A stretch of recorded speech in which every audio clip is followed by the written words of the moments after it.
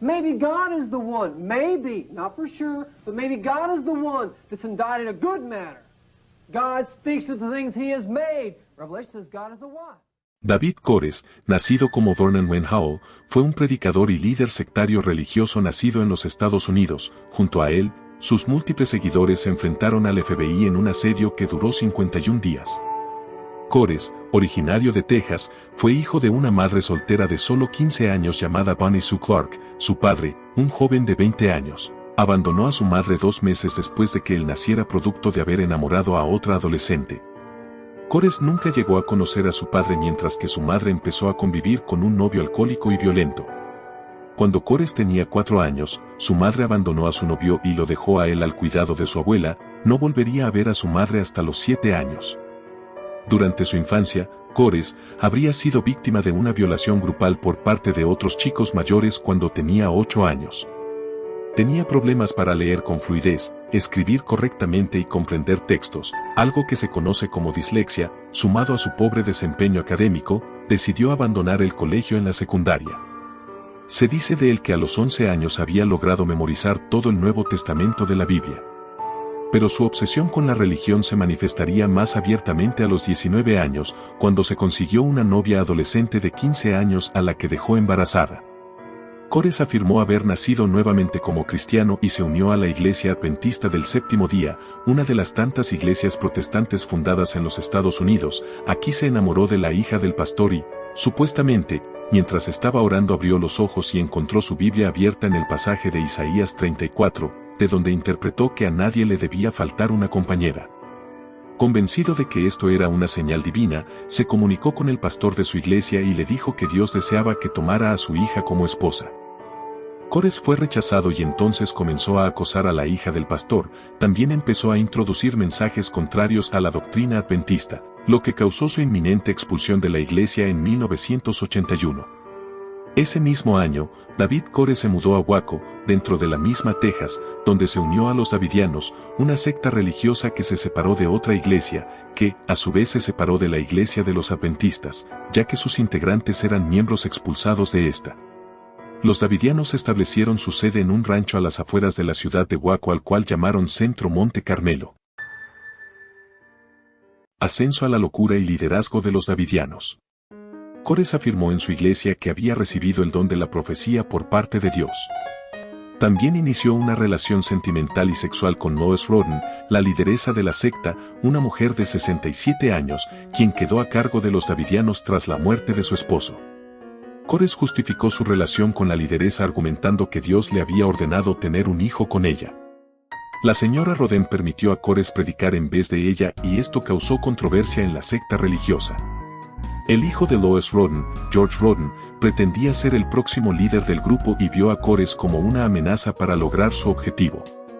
Entonces, cuando se enteró de la relación de Koresh con su madre, fue hasta una corte federal para demandarlo, acusándolo de violación y lavado de cerebro. Koresh logró casarse con la anciana mujer, pero la lucha por el liderazgo continuó con el hijo de esta que tenía el apoyo de la mayoría de los integrantes de la secta. Al final, George Rodden logró echar de la iglesia a Koresh y a sus seguidores a través de amenazas con armas. David Koresh y sus entonces 25 seguidores acamparon en la ciudad de Palestina, en donde vivieron bajo duras condiciones durante 2 años.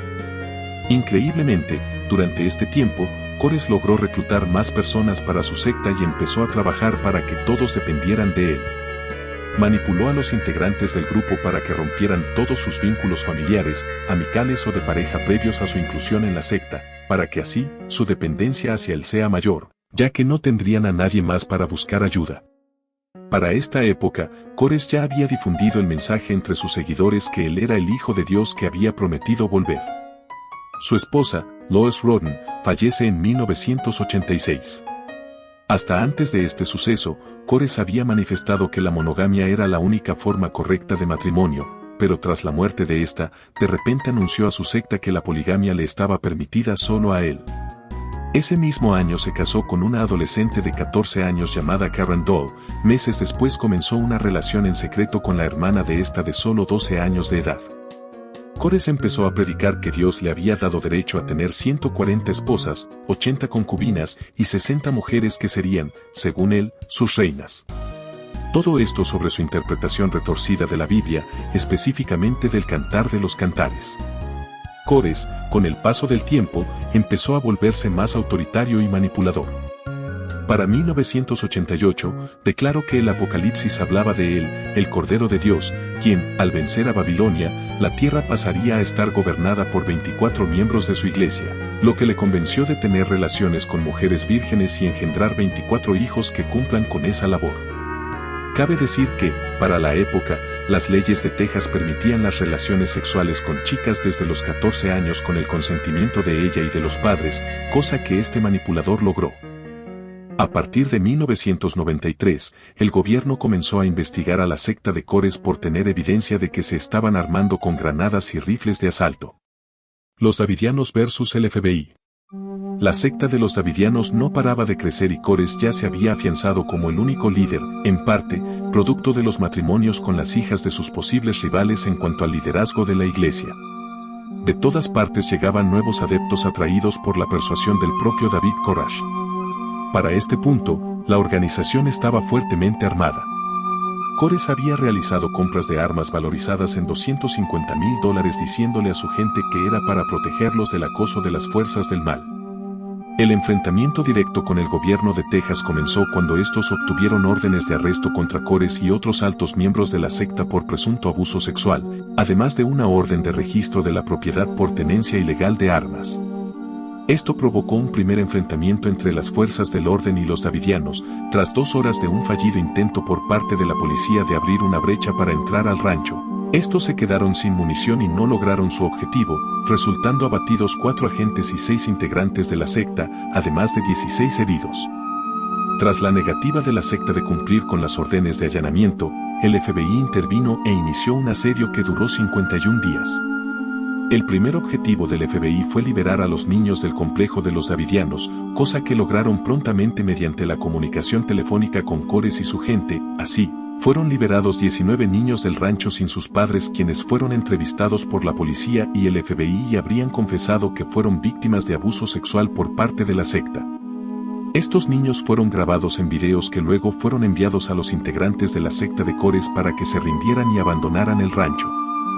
En el tercer día de asedio, Cores prometió poner fin al conflicto y salir pacíficamente si emitían una grabación suya en la radio. Esto se hizo tal como lo pidió, pero Cores no cumplió con su palabra diciendo que, mi Dios me ha dicho que espere. En días posteriores, una multitud de medios de comunicación y curiosos colapsaron los accesos a la finca asediada. Cores liberó a una niña más, Heather Jones, de 9 años de edad, pero se negó a liberar a más niños argumentando que todos eran sus hijos. El 9 de marzo, el FBI organizó un ejército de 700 agentes armados con vehículos y helicópteros militares. El FBI cortó el agua a la finca y la iluminó con potentes reflectores por la noche para alterar el ritmo de sueño de los asediados. El 19 de abril de 1993 a las 5:30 de la mañana, el FBI lanzó el asalto final, utilizando para esto fusiles de alto calibre .50 además de vehículos de combate blindados.